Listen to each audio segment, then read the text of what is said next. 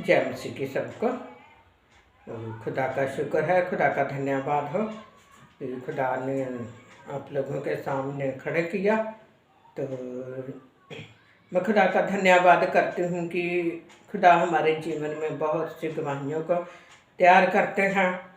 तो मैं अब तक जितना भी आप लोगों के सामने गवाहियों के बारे में बता चुकती हूँ वो सारा मेरे जीवन की बीती हुई गवाहियाँ हैं, और उन गवाहियों को लेकर आज मैं अपने आप को हमेशा कोशिश करती हूँ कि मैं बिल्कुल सही चलती रहूँ, ताकि खुदा की किसी भी ब्लेसिंग से मैं वंचित ना रह जाऊँ। क्योंकि मैंने आप लोगों को पिछली वीडियोस में बताया हुआ कि खुदा ने मुझे अब दुनिया की हर एक आशीष दे दी है, जो कि एक इंसान के पास होनी बहुत ज़्यादा ज़रूरी है। तो मैं खुदा का धन्यवाद करती हूँ। खुदा ने अब इस काम के लिए भी मुझे इस्तेमाल किया कि मैं अपनी गवाहियों को आप लोगों के सामने बांट सकूं।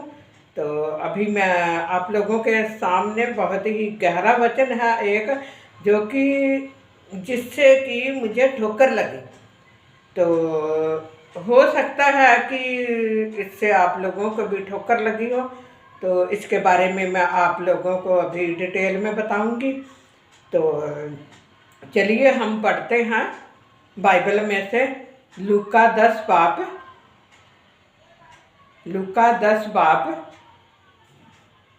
और उसकी 8 आयत। लूका 10 बाब की 8 आयत। जिस नगर में जाओ और वहाँ के लोग तुम्हें उतारें, तो जो कुछ तुम्हारे सामने रखा जाए वही खाओ। ये जो वचन है इसके द्वारा हमें बहुत ठोकर लगी, मुझे भी और मेरे हस्बैंड को भी बहुत ठोकर लगी। तो मैं आप लोगों को इस वचन के बारे में थोड़ा सा बताना चाहती हूँ कि ये उन लोगों के लिए है जो खुदा का वचन लेकर घर घर में जाते हैं।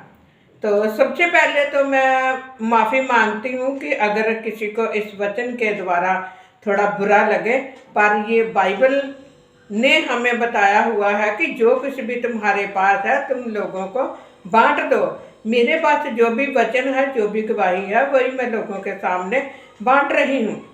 अब इस वचन के द्वारा मुझे ठोकर कहाँ से लगी? मेरे घर में जितने भी सेवक आते रहे, और मैं खुदा का धन्यवाद करती हूँ कि जो कुछ भी मेरे पास होता था मैं उनके सामने रखती थी। और जितने भी सेवक मेरे घर में आए, बहुत ही अच्छे खुदा के सेवक आए। तो चाहे मैं उनके चर्च में जाती रही हूँ या वैसे ही बातचीत करती रही हूँ, बहुत ही अच्छे सेवक आए। तो इसमें से एक सेवक ने मुझे बहुत ठोकर की बात बोली। जब वो हमारे घर में आए तो हमने उस दिन आलू बनाए हुए थे, क्योंकि मैंने सीएमसी से जॉब छोड़ दी थी और काफ़ी प्रॉब्लम तो आती थी, लेकिन इतनी ज़्यादा नहीं आती थी जो कि लोग हमें जाहिर कर देते हैं। इस तरह के भी लोग दुनिया में होते हैं। तो हमने उस दिन आलू बनाए हुए थे, तो उसने मेरे घर में आकर क्या बोला, हमने देखो खाना परोसा, हम खुदा के दासों को ही पूरी इज्जत करते हैं। और जैसे ही हमने उनके आगे खाना रखा, मेरे हस्बैंड घर में थे, तो जैसे ही हमने उनके आगे खाना रखा तो उन्होंने बोला कि अच्छा आलू बनाए हैं? तो कहते कि खाली आलू हैं। तो आप और नहीं कुछ, तो आलूओं में अंडे डाल लेते, अंडे बॉईल करके डाल लेते। अरे जिस इंसान को जो भी पसंद है वो अपने घर में बनाता है। मेरे हस्बैंड को बॉइल्ड आलू जो है वो बहुत पसंद है, और मुझे भी बहुत पसंद है। और उबले हुए आलूओं की सब्जी जो है वो बहुत अच्छी सब्जी बनती है अगर हम अच्छी तरह से बनाएं। और ये सब्जी मैं जब ट्रेनिंग करती थी हम उस समय भी बनाते थे। तो मुझे इस बात का बहुत दुख लगा कि हमने जो भी परोसा है, ये खुदा का दास है और अपनी फैमिली के साथ ये हमारे घर में आया है, तो जो कुछ हमारे साथ पास है हमने उनके आगे रख दिया। तो बाइबल में लिखा हुआ कि जो कुछ भी तुम्हें मिलता है तुम उसे कबूल करो। अब यहाँ पर क्या लिखा हुआ है 8वीं आयत में, जिस नगर में जाओ और वहाँ के लोग तुम्हें उतारे तो जो कुछ तुम्हारे सामने रखा जाए वही खाओ। यहाँ पर पूरा नगर लिखा हुआ है, लेकिन वो नगर में नहीं, वो मेरे घर में आए थे। मेरे घर में, मैं जिस भी जगह पर रह रही हूँ वो वहाँ पर आए, तो मेरे घर में उनका आना एक आशीष का कारण होना चाहिए था, ना कि उनके द्वारा ठोकर लगने का वो कारण बने। तो दुख हुआ इस बात का।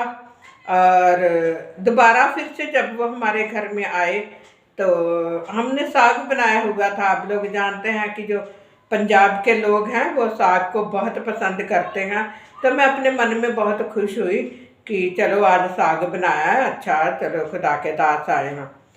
तो उस समय भी हमने खाना परोसा, उनके आगे रखा। तो उस इंसान की, उस सेवक की आम ही ये आदत है, वो जिस भी घर में जाता वो साग को बोलेगा घा फूस। कितने दुख की बात है कि जो साग पत्ता है इसके ऊपर परमेश्वर ने आशीष दी हुई है। परमेश्वर ने खुद अपने हाथों के द्वारा इन सारी चीज़ों को बनाया हुआ है। और ये जो चीज़ें हैं इनमें किसी तरह का कोई भी नुकसान नहीं है। तो आलू से भी हमें ताकत मिलती है और साग से तो और भी ज़्यादा ताकत मिलती है। लेकिन जो साग है वो आप ज़्यादा से ज़्यादा अगर 2 टाइम ही खाएं तो तभी उसका फ़ायदा है। तो आप लोगों को मैं इसके बारे में बताना चाहती हूँ कि मैंने तो इस बात को दिल पे ज़रूर लिया था और मुझे बहुत दुख इस बात से होता है। और हम सेवकों की बातें हर किसी को बता भी नहीं सकते, लेकिन ये जो गवाही है इसके द्वारा आप लोगों को बताने का ये फ़ायदा है कि अगर आप लोगों की लाइफ में भी इस तरह से हो तो कोई बात नहीं, दुख नहीं करना, क्योंकि सभी सेवक एक जैसे नहीं होते। क्योंकि आगे मैं आप लोगों को मत्ती 23 बाब के बारे में बताऊंगी कि मत्ती 23 बाब में भी कैसे लिखा हुआ। और ये जो बात है आज भी मेरे मन में आती है कि उस सेवक ने हमारे साथ ऐसा किया और मेरे हस्बैंड को उसके द्वारा ठोकर लगी। हम लोग खुदा को वचन को जानते हैं, खुदा की मर्जी के मुताबिक चलते हैं। तो हम क्या करते हैं कि हम अपने परिवार को संभालने वाले बनते हैं। तो अब भी मेरे हस्बैंड के मन में किसी प्रकार की कोई भी बात नहीं है। तो लेकिन आप लोगों को इसलिए बता रही हूँ कि अगर आप लोगों के साथ कभी ऐसा हुआ है तो दिमाग से इस बात को निकाल दीजिए और परमेश्वर में मजबूत बन जाइए। क्योंकि जो हमारा जीवित प्रभु यीशु मसीह है वो हमें इन सब चीज़ों को खाने के लिए बरकत बख्श देता है। तो बहुत सी ऐसी चीज़ें हैं जो कि लोग खाते हैं लेकिन उनका नुकसान होता है। लेकिन इस बात से हमें परमेश्वर का दास है, एक तरफ वो लोगों को अपना प्रचार, वचन का प्रचार कर रहा है, और इस तरह के जो सेवक होते हैं वो सिर्फ अपने बारे में ही सोचते हैं, अपने ही पेट के बारे में सोचते हैं। ये बाइबल में सब कुछ डिटेल में लिखा हुआ है। और आज भी दुनिया में ऐसे बहुत से सेवक पाए जाते हैं जो कि हमेशा ये सोचते हैं कि अगर हम हर रोज़ प्रेयर मीटिंग करेंगे या हर रोज़ हम कभी किसी के घर कभी किसी के घर उनको खुद बोलेंगे कि हाँ भाई आज आपके घर में मीटिंग है, इससे क्या होता है दूसरे को ठोकर लगती है। अगला इंसान पता नहीं वो फैमिली तैयार है या नहीं तैयार, तो किसी को ज़बरदस्ती नहीं बोलना चाहिए। तो इस तरह के बहुत से सेवक हैं जो कि अपने पेट के लिए ही वचन सुनाते हैं। जो वचन है वो बहुत ही गहरा वचन है। इस वचन के मुताबिक हमें अपने आप को बिल्कुल सही ढंग से चलाने की ज़रूरत है। तो मैं भी आप लोगों से हमेशा यही कहना चाहती हूँ कि आप बाइबल को ज़्यादा से ज़्यादा पढ़ें और मत्ती 23 बाब पढ़ें, क्योंकि मत्ती 23 बाब में बहुत सी बातें लिखी हुई हैं जिनको कि समझने की ज़रूरत है। जब हम उसको समझ जाएंगे तो हम इन बातों के लिए कभी भी ठोकर अपने दिल में नहीं समझ पाएंगे। तो खुदा आप सबको ब्लेस करे।